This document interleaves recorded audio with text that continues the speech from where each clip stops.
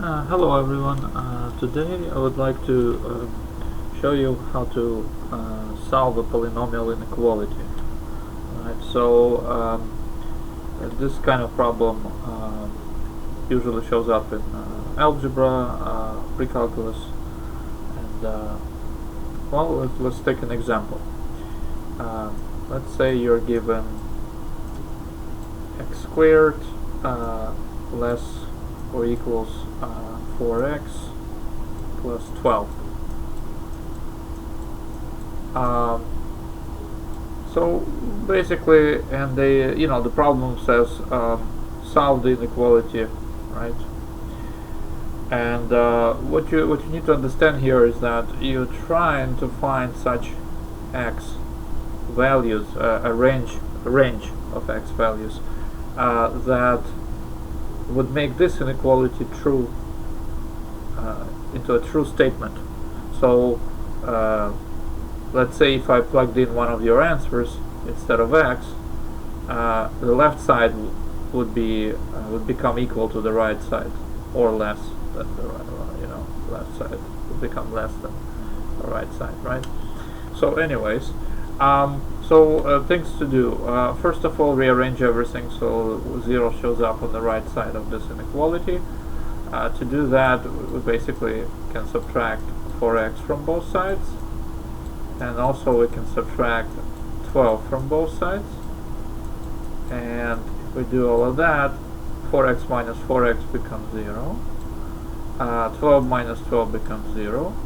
And then you end up with x squared minus 4x minus 12 less or equals 0, right?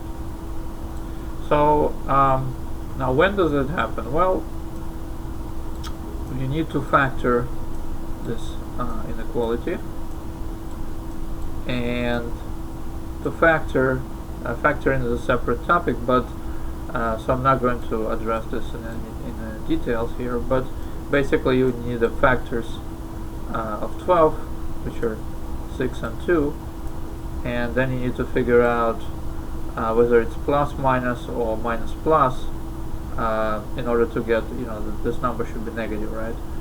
So if I put plus here and minus here, and I multiply it out in my head, it will be x squared, which is good.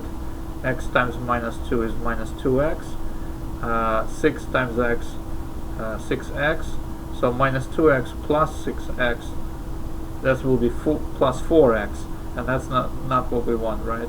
So this is not equal to this if this is plus and this is minus.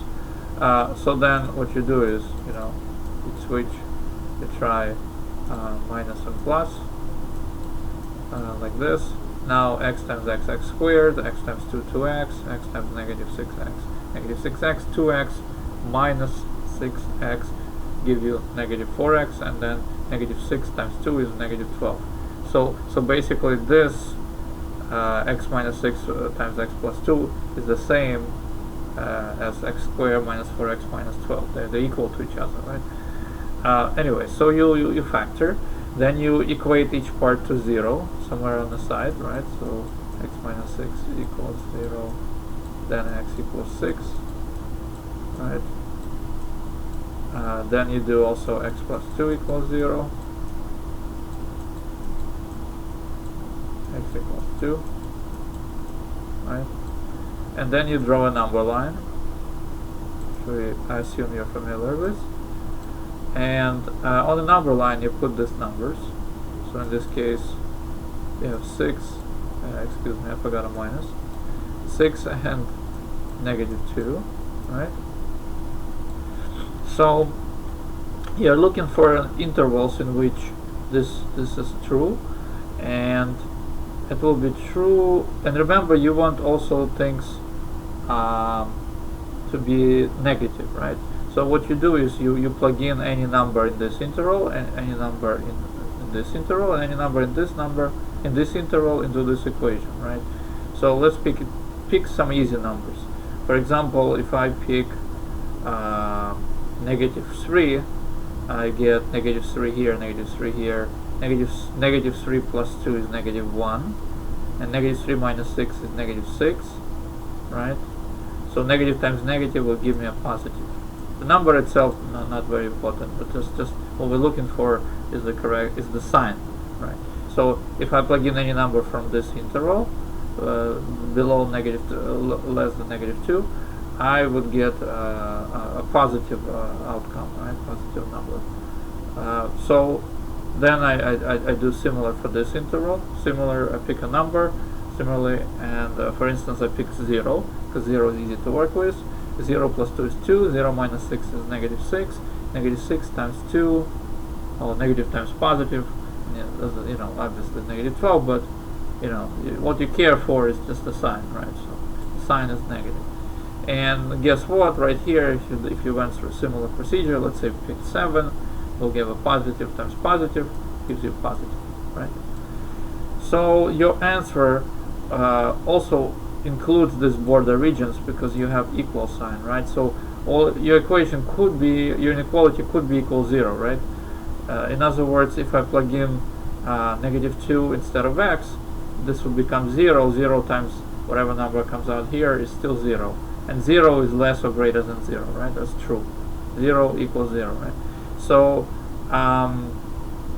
so your answer lies in a region that is right here, right? So how do we show it in a non-graphical way?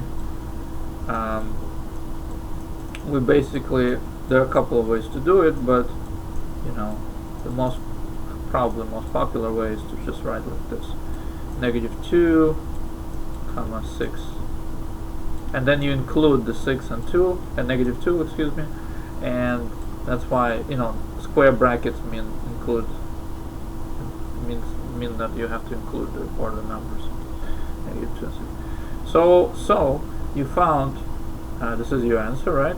And coming back to the original equation, any number between negative 2 and 6, if plugged in, and included negative 2 and 6, if plugged in into this inequality, will make it into a true statement. So let's take a look. For example, if I plug in, let's pick something easy. If I plug in 0, which is in between negative 2 and 6, then 0 will come out less or equal to 12. Is that true? Well, yes, it's true, right? 0 is less or equal to 12.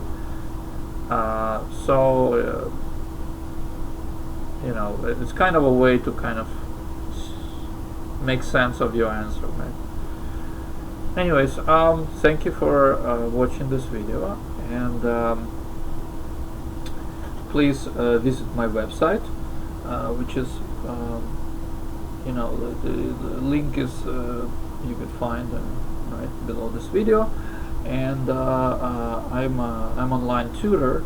So if you're interested in help, again, especially look at my website. I do provide online tutoring lessons. All of the contact information is on my website. Thank you for watching, and have a great day.